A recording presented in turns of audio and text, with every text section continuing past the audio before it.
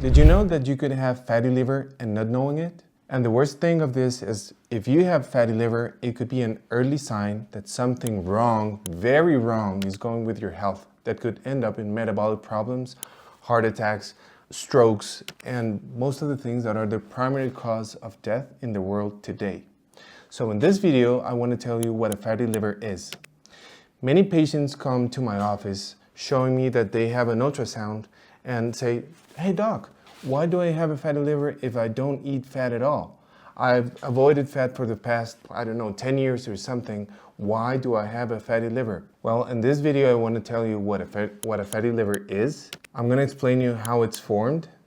I'm going to explain you why it's not formed of eating fats. I want you to know what are the symptoms, how it's diagnosed, how can you feel it, and what can you do to avoid having a fatty liver. So let's start by saying what's fatty liver. So if we go and take a biopsy of the liver and we go and see in the microscope, if I see more fat in the liver tissue, it shouldn't be any at all.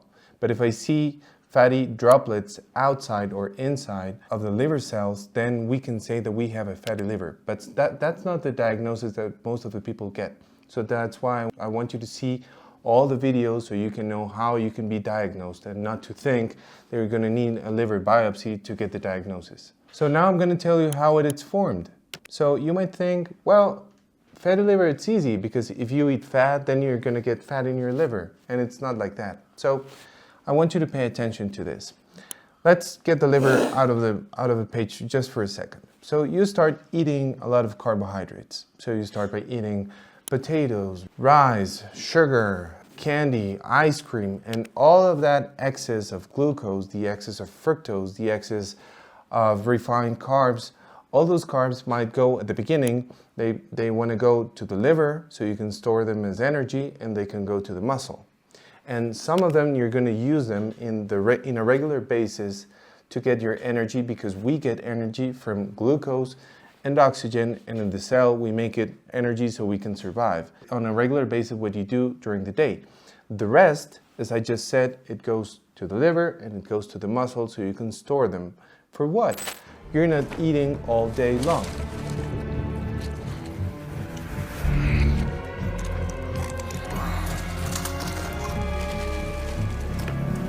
So when you stop eating and the cells run out of glucose, they call and say, "Hey doc, I need more glucose." So you get glucose from the liver and you get glucose from the muscles. But what happens if you eat more glucose than the one you can store inside your liver and inside your muscles? Then what you're going to do is that you're going to store energy as a more effective way. What are you going to do? You're going to start exporting that glucose in the way of triglycerides, in the way of fat, fatty droplets. Those fatty droplets at the beginning are going to be stored inside of your liver. So having a fatty liver, it's an early sign that you're eating too much.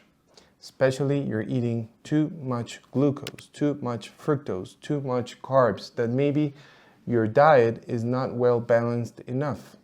So it is an evolutionary mechanism that the body has. You might say, evolutionary, why? Well, let's go again for the same thing. You're not eating all day long, but you had a time where you had enough food and you ate a little bit more.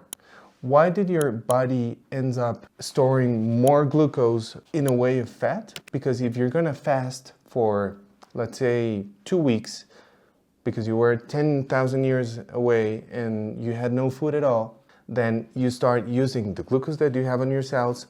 When you run out, then you're gonna start using all the glucose that you have on your liver, on your muscles, and if you run out of that, you're gonna start using that fat, those triglycerides, you're gonna break them and start making glucose out of that fat. So it's an evolutionary mechanism, it's an adaptive mechanism that we all humans have, that it's normal. The thing is, we don't stop eating. And as we don't stop eating at all, what we do is we keep on making more and more and more fat. And look at this. The food industry knows it very well. If you go and see, there is a food that many people like that's called foie gras. Foie gras is made out of fatty liver from geese. What do they do to geese? Do they give them fat during their lives? No, they give them sugar, water with sugar. So they get fatty liver, and once they're killed, they sell that. And it's very tasty because it's liver with a lot of fat. So the food industry knows it very well.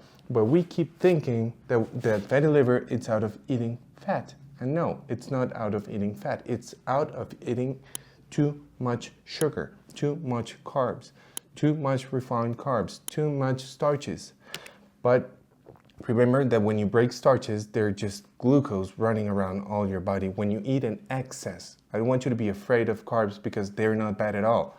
They're bad if you eat an excess, and they're bad if you eat an excess with low fat and low protein. So what are the symptoms? Because you might say, but I don't think I have a fatty liver because I don't have any symptoms at all. Well, you might not have any symptoms at all. As I said at the beginning, you might have fatty liver not knowing.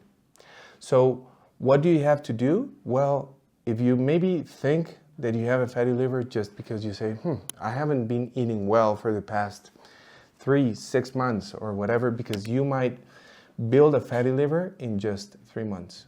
You don't need a lifetime to build a fatty liver. 3 months, 6 months of not eating well, and you might start having a fatty liver. So what are you going to do? The best way of knowing if you have a fatty liver, it's get an ultrasound.